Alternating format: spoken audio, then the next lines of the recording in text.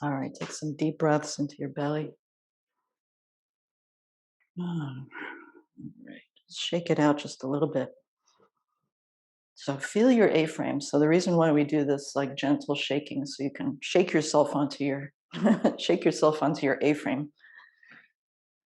Okay, so centers of the feet, top of the head, and then feel what you can feel the structure of the alignment of your A-frame, and then you can drop and feel the dropping of the tension that's not needed for you when your bones are aligned. Good. And then taking that, making sure your feet are parallel, toes are not out, and then rotating on your vertical axis one direction, 10 to 15 degrees. And feel the difference there. See if you can keep your hips level. One hip is not raised when you're doing this. Good. And then turn back to the center, feeling your symmetry, and then turn the other way and release. See what you can release in the hips, in the back, in the neck to stay on your vertical rotation and to keep your hips level as you rotate. And back to center. Deep breaths. Feel your diaphragm descend to bring big full breaths into your lungs. Good.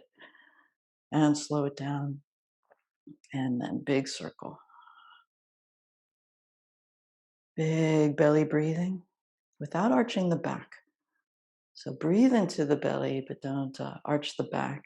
Feel the length of you expand like you're breathing through, even through the legs, knees, ankles, and feet. So you're breathing with your whole body and you feel that length of you, the elastic quality.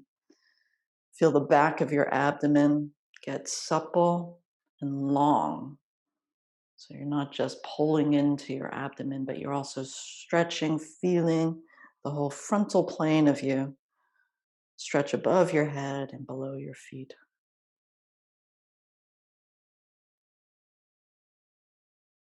Good. Big belly breathing. Good. And then from here, bring your hands to your belly and then just some gentle circles, opening the hips, opening the waist, feeling that smooth circular shape, just rounding out the corners, not pressing into any areas, just identifying those areas that might feel more tense or might feel more asleep, and try to distribute your attention. Distribute your attention. And relax your shoulders, relax the collarbone area, your jaw, your throat, your face. Good. And reverse direction. And thinking past the knees, so you're not just grinding on the knees. The knees stay spacious, cushy in there. You're thinking past all the way into the feet. Good. And keep releasing the neck. So as you're thinking below the ground, into the soft earth, you're also thinking up above your head. Good. All right, from here, let your arms go. And then roll the shoulders back and down. And then breathing into your belly as you do this and feeling your arms just relax into gravity and just getting onto their natural resting place. Natural resting place. So the shoulders are not rolled forward, the hips are not tightening in any area, front, back, side, or underneath.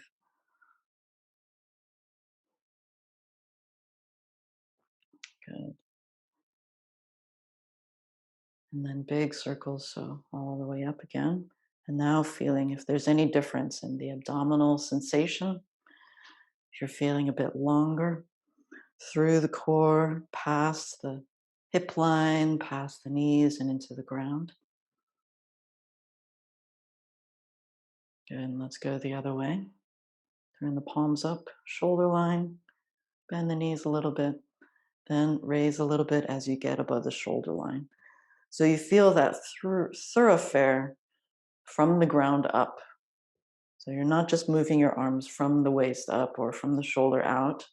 You feel it from the ground first. Good. So you feel the centers of your feet aligned with your knees and the hips aligned with the shoulders. And that helps to decompress the neck, the jaw, the face. Good. And from here, let's do our arm swinging. Good. And try not to lose your belly tone. So keep your belly tone even as your arm swinging so that your back is not arched and you're not wavering or rocking on the feet. Good. Step one foot forward, one back, just like a striding or walking stance. Your weight 70% in the back leg and still feeling all the way down past the knees. So soften the thighs, right? So that there is a suppleness there. The thighs are not just constricted, and you can feel past the knees and all the way into the soles of the feet, and then switch your feet. Good. And then tracking the center of your body, your dantian, and switch your feet again. Feeling that opening of the chest area here as you're doing your arm swinging without losing the tone in your hips, and switch and switch and switch. Good. So you're rocking side to side less and less, and your mind stays on center and your nose stays on center as you do this. And at the same time, you feel the length and the elasticity, those yo yos. You don't have to push them out, they just release and they just zing out from your hands, and switch. Good. All right. From here, relax. Okay, looking over the right shoulder, toes in a line, and circle. And when you do this, you're thinking about the side of your body that your eyes are not looking towards, and opening the chest. Like open the chest and the shoulder on the side your eyes are not seeing.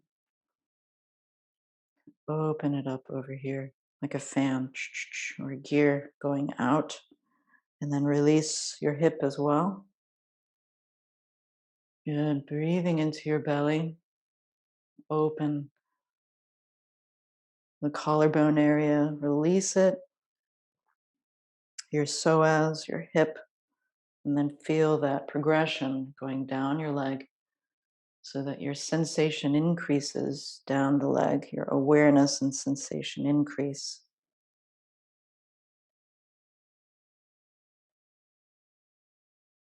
Good. All right. From here, widen your stance a little bit. Send your antenna up and out as you bend forward. Keep your belly tone a little bit so that your shoulders stay suctioned onto your torso. It doesn't take a lot of effort, just a little bit of belly tone will do it. And try not to send your buttocks backwards. Okay, just bend at the waist without leaning back or pushing back. So there's not that much pressure on the balls of the feet, so that you can still have that suction-like quality at the dome of your feet, the highest point of the internal archway. You feel that kind of drinking up the water from the earth. Good. And then from here, put a little air into the knees and then raise your pelvic floor first and then raise up. Feel that air, that loft and buoyancy come up through the spine as you roll up.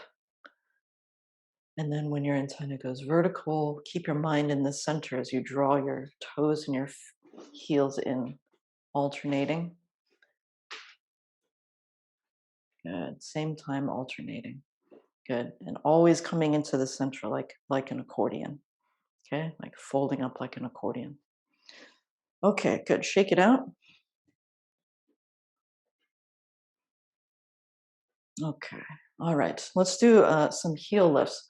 So from here, your heels, there's a little bit of space in between the heels, and then just lifting up and feeling the arms just relax down as you do that. So feel the lift as you bring your center in, and then you're locating your central spine, and then feel like somebody's still holding you up here as you bring the heels down.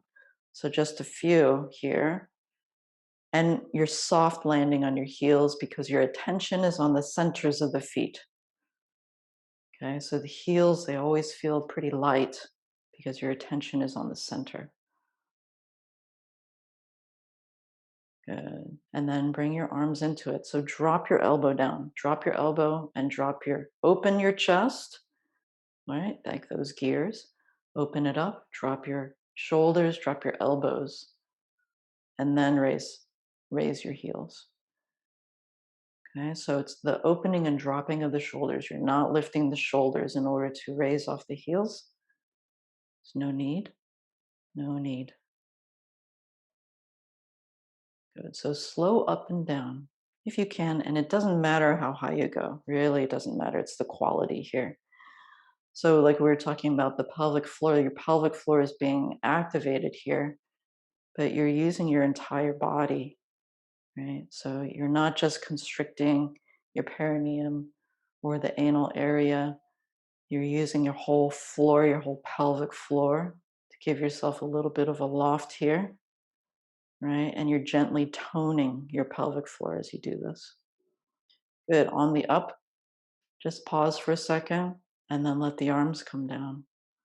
And then feel what that does in the body to let go as you're in the up position. And then try to keep that sensation as you come back down to the centers of your feet. Okay, so do that again. Up and up, hands and feet. Good. And then keep your jaw relaxed, keep the face relaxed as you let the arms come down. And then come back down on the centers, foot centers. Good.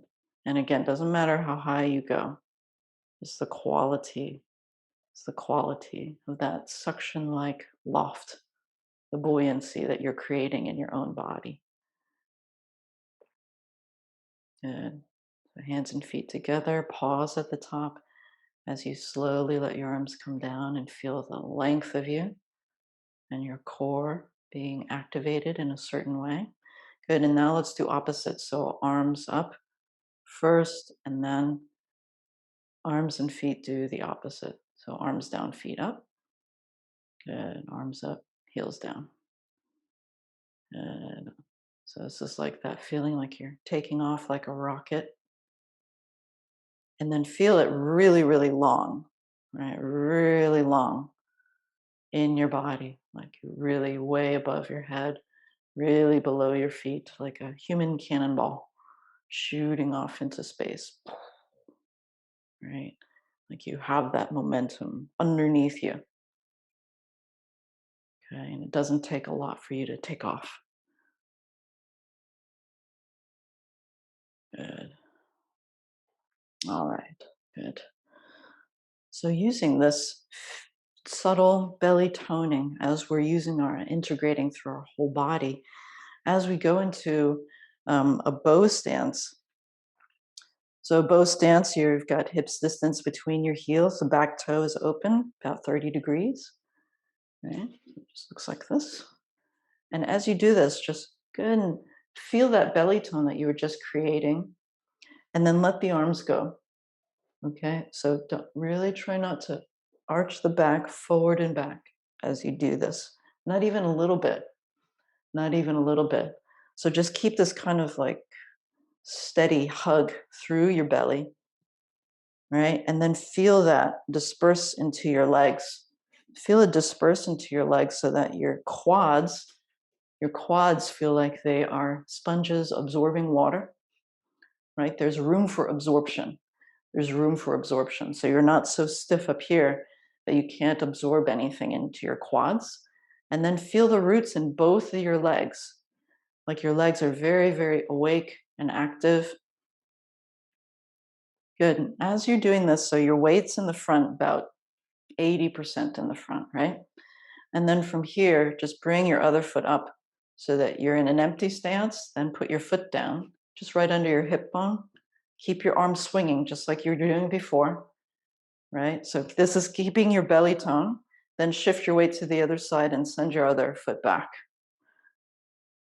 Good. And then notice what you have to do in your center to keep your spine supported so you don't just kind of fall out, right, as you do that. Okay, so spread the webs between the toes as you do this. Spread the webs between the toes, and as if your toes are really long. Now release your hip as you shift your weight forward, and then go into an empty stance and slowly shift your weight to the other foot. Notice what's happening in your pelvic girdle, the shape of it, the pelvic floor, as you step back into a bow stance the other side. Good. So see if you can continue. So if you're pitching forward or back, the sensation and the quality of your arm swinging will change. So you're using the arm swinging to kind of like be your biofeedback. You're kind of testing your system. So as you shift your weight fully into the front foot, you bring it up. Are your arms still rotating very cleanly and easily on their axis as you switch your feet you shift the weight into your feet on the other side, and then putting your foot back into the bow stance in the other direction. Good. And then do it again. So just feel this as you peel the heel off the ground of the back foot. You're not pitching forward at all. You can do this in slow motion and you stay really integrated.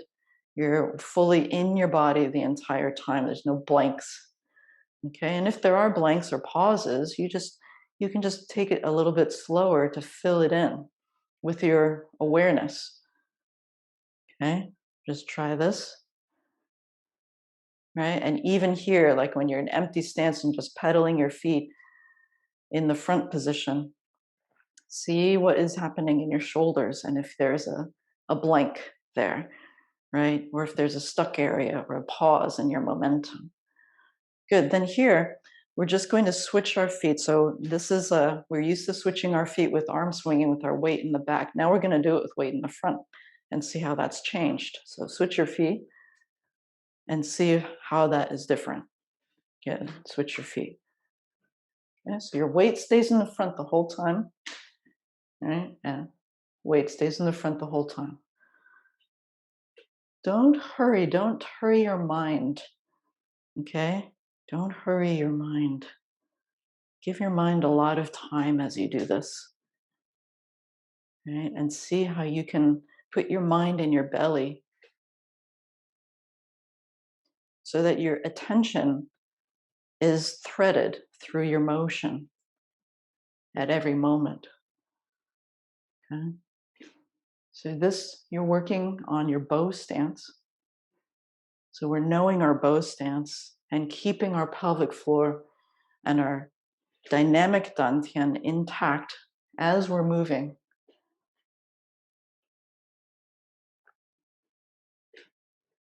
Good, good.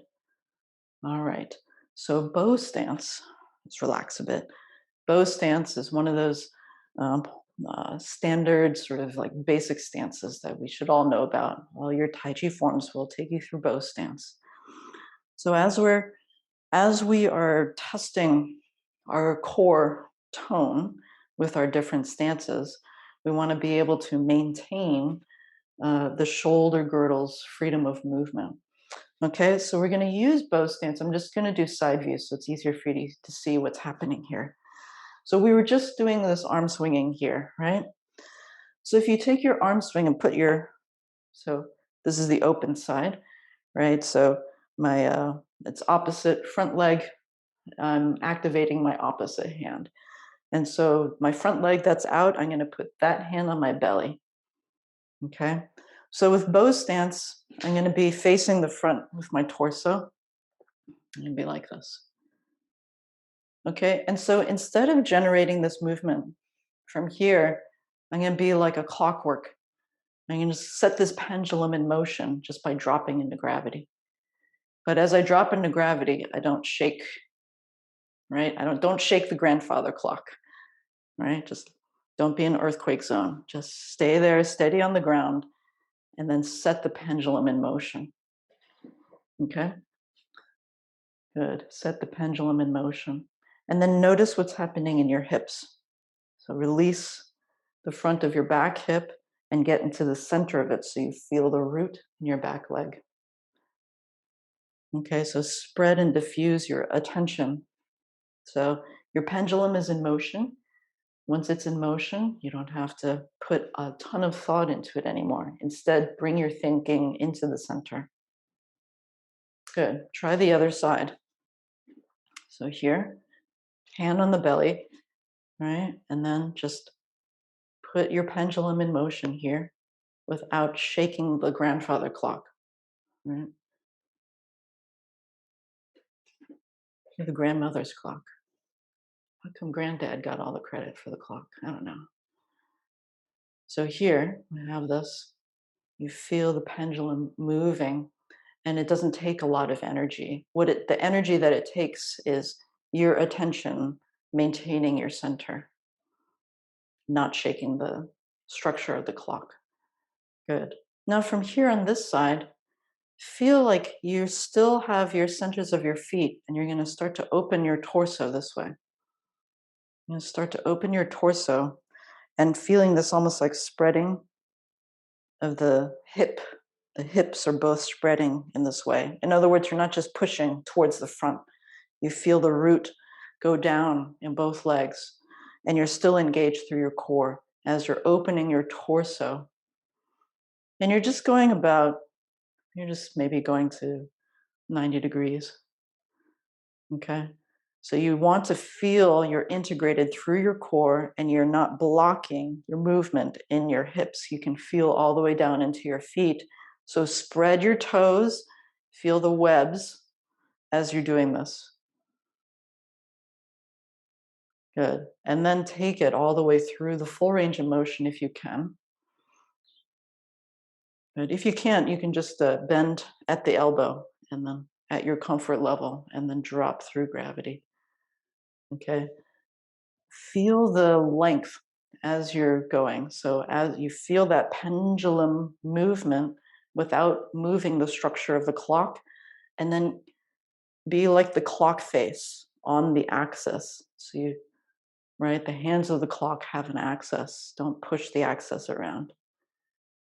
Right, even Salvador Dali's clock has an axis. Melting clock face still has an axis.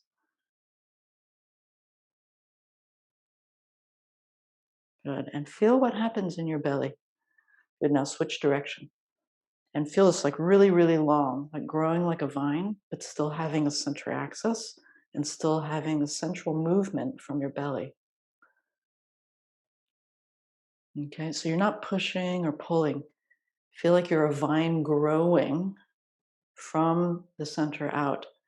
Vine is growing, so belly out to the extremity. And just use your mind to imagine that your hands get really, really long, like you're painting a huge Enzo in your room, takes up the whole room, goes through the ceiling and the floor.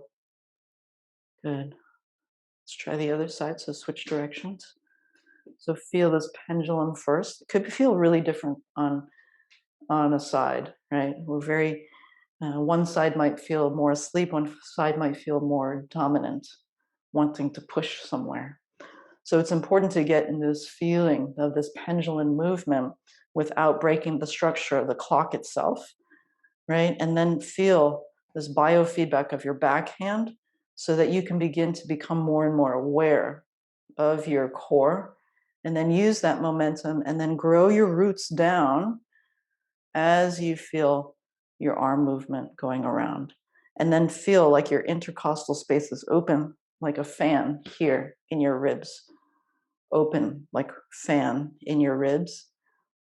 Good. And then go through your hip joint, go past your knees, into your feet, and spread the toes. Spread the toes. Good. And keep some belly tone. Keep some belly tone and think length. So think how the down provides the up, and then the up lightens the down. And if you want to, if you at any moment your shoulder gets tight, just go back into your pendulum swing. Good. And then go the other direction. Open the hips, open the hips, open the knees, spread the toes so that the webs between the toes start to wake up. Open the hips, don't block the chi in the hips. Both legs have a root, and feel the opening of the costal area, the ribs. Good. Relax your throat, relax your jaw, relax your face.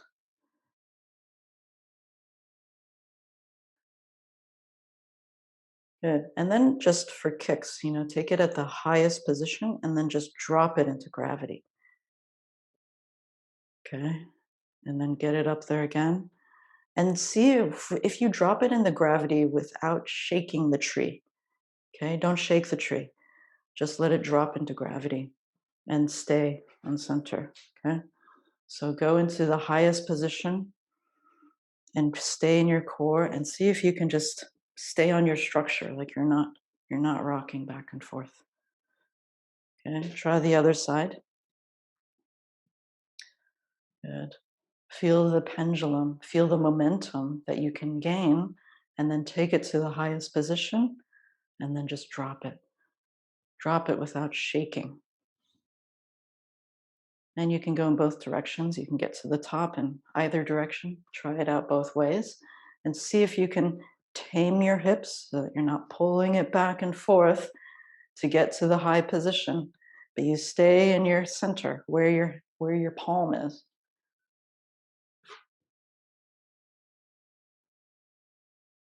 Good. Now try both. Try both. You can go get to the high position by going back or front. Doesn't matter. You can go up and then feel the down and the up, right? And then see what you can do to drop into gravity and still feel like you're very grounded, like a mountain. Right? You're grounded like a mountain. You've got some windmills on the top of the mountain, right? Your arms like windmills. You got your wind power being generated, but the mountain isn't moving. Mountain isn't collapsing or shaking, but the windmills are rotating on the mountain. Good. Okay. All right. So bring that length that you're just working on through here. Feel this fan-like opening, right? The cloth of the fan, the ribs and the cloth of the fan opening. Feel through your hips and the knees as you're going into this really familiar movement. See how that feels any sort of different than when you began. Good. And always thinking above your head and below your feet, and see how you can connect through the hip line, that you don't stop your movement at the hip line. And then bring your breath into it so that you're breathing like a bellows. Your ribs are moving like a fan, or a bellows is sort of like that fan, but in 3 dimensions. Right? 3-dimensional volumetric fan versus a 2-dimensional fan. Good. And then from here, bring your feet and your hands together and breathe into your belly. Deep breaths into your belly. And then sealing in the chi, down the left and up the right 3 times. And don't just forget what you just did. All the principles you've been toning are still there. So don't go unconscious here.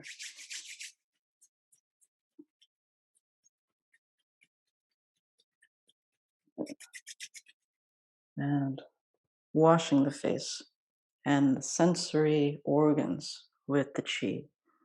Getting all the way into the center of the brain, and then diffusing the chi to all the cells in the body. Good. Okay. Great to see you this morning. Okay, you're welcome to stay on for a little bit of discussion. I loved what you had to say before we began, about elongate your consciousness. Did I say that? You did say that, and it was really remarkable. Yeah, who said that? Someone did. Somebody said that, and I just thought about that because there's an ease in allowing.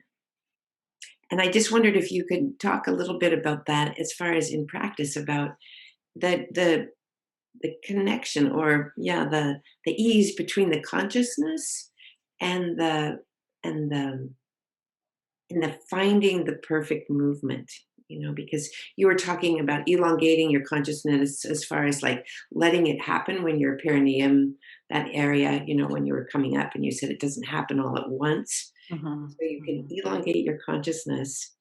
um, and as the way I took it was like over time, stretch our mind and our body or something like that. Anyway, I was just wondering if you could talk about it. I don't need to talk about it. Yeah, so, um, bringing elasticity into the body helps our mind to become more elastic as well, and all of so in Chinese medicine, we'll say that the shen or the spirit, it lives in the blood because the shen resides in the heart. So the shen or the spirit, the monarch of this mortal life, it's both connected to our cosmic life, our cosmic soul that is beyond space and time, material space and time, and the monarch of this life lives in our heart, right? And so, because the heart's nature is very benevolent, it infuses this kind of mandate from heaven, what we would call in Chinese the mandate from heaven, into the blood of the body. And the heart doesn't need a lot, so it just needs very little to sustain itself, and then everything else gets pumped out to the rest of the terrain. So every cell, all the blood cells are infused with this mandate from heaven, right? So this energy is like this energy of life, right? So we're not just material, we're not just blood in a bag, right? There's some sort of motive force that is driving our existence, and we have a spiritual drive for the will to live, and a purpose to fulfill, a destiny to fulfill and discover about ourselves, to actualize, and that gets infused into the blood. And so when we can think of our bodies, our physical bodies, as more elastic, it encourages blood flow through there. So that encourages consciousness flow through our physicality. And when we have that, we understand that we actually have a lot of choice in what we do. And one way we can connect with those choices is not just mentally, but physically. So we can, if we feel empowered in our own body, we understand that we're a self-generating. We don't live forever, but we do produce our own energy. We are our own internal ecosystem is a pretty brilliant design of taking in raw material and creating it, creating energy from that, right? And so all of that sort of genius design that we inherited just by being born, we are able to have access to that circulation and respiration of that, as we're able to not just constrict ourselves. So we're used to using our muscles just in a constrictive way, but that actually constricts circulation and blood flow. And so that means our mind is also not accessing through those areas, right? And so that means our mind and our spirit are not accessing through those areas, even if it's for a moment, even if we're just picking up this pen, right? But I'm doing it all through constriction. Even for that moment, I am blocking off, I'm shortening my consciousness, I'm shortening my spiritual connection because I'm actually creating kind of like a vacuum in there, right? So that's physically what's happening and the impact of the physicality on the spirit, right? And so if we think about the elasticity, if we learn that we can actually move while being elastic and maintaining a blood flow, which means we can maintain a consciousness flow, we can retain a spiritual flow, then, and we still are able to move about in the world as we need to, then we are more integrated beings.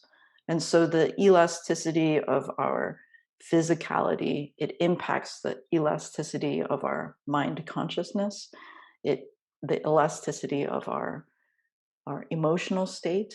You know, people who are very rigid can be very fragile, fragile like a diamond, right? Like a diamond has like incredible hardness, but you drop it on the street and it'll shatter, right? So it has a fragility to that because of its hardness, right? So if you're working on constricting and defending all the time, it takes up a lot of energy, right? And the circulation, the flow of the spirit, right, is impeded. And so the spirit begins to atrophy, right? So when we have like a elasticity, we have a plasticity, right, in our neuromuscular system, that means that we can continue to be spiritually connected and continue to mature and evolve as integrated beings. So that's a really long answer for elasticity, like on the physical level, and the elasticity on the conscious mind consciousness level and the spiritual level. Okay, and how it's all the same. It's all the same. So it's just like these exercises, like whether you're a yogi or you're a qigong person or whether you're a CrossFit person or you're a boxer or whatever it is, it's like they're all methods that have different perspectives that we all have our entry point into developing ourselves. You know, somebody, it could be running, a lot of people describe running like meditate. I'm not one of those people. I'm not a runner. I wish I was a runner, but I'm not a runner. But like that meditative kind of like high, like in the zone place that runners talk about, or you could be the opposite, sitting meditation, and still have access to that. So we all have our different entry or access points, but the idea is freedom and liberation. And that freedom and liberation isn't just like a, you know, screw the rest of the world so that I can be liberated, right? It's like my freedom against everybody else's. It's like actually it's the opposite. It's my liberation is connected to the liberation of all beings, the liberation of all life, actually.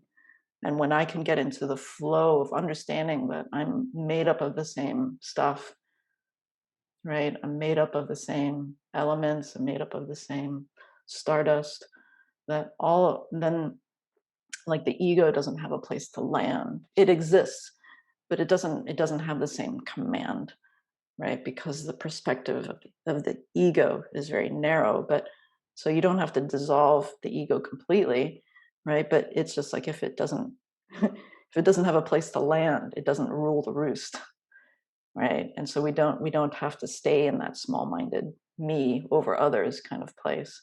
We can understand that we actually get more energy, we have access to freedom and liberation and self-actualization through the union or reunion, union and reunion with nature. So that is that's more of like the big perspective of this of this practice, right? So on the small scale, yeah, you can swing your arms, but really it's about liberation. Even in a small place can lead to liberation. You're setting something in motion, right? So that's the idea behind this type of cultivation work, right? You're setting a vibration in motion, not just for yourself, but for all life. Mm. Thank you so much. I'm Mm. going to go back and listen to this on the recording. Wonderful. Thank you. You're welcome. All right. Well, I hope that was helpful to you all. Same time, same station next week. All right. Have a good Thank day, you. everyone. Thank you, Sal.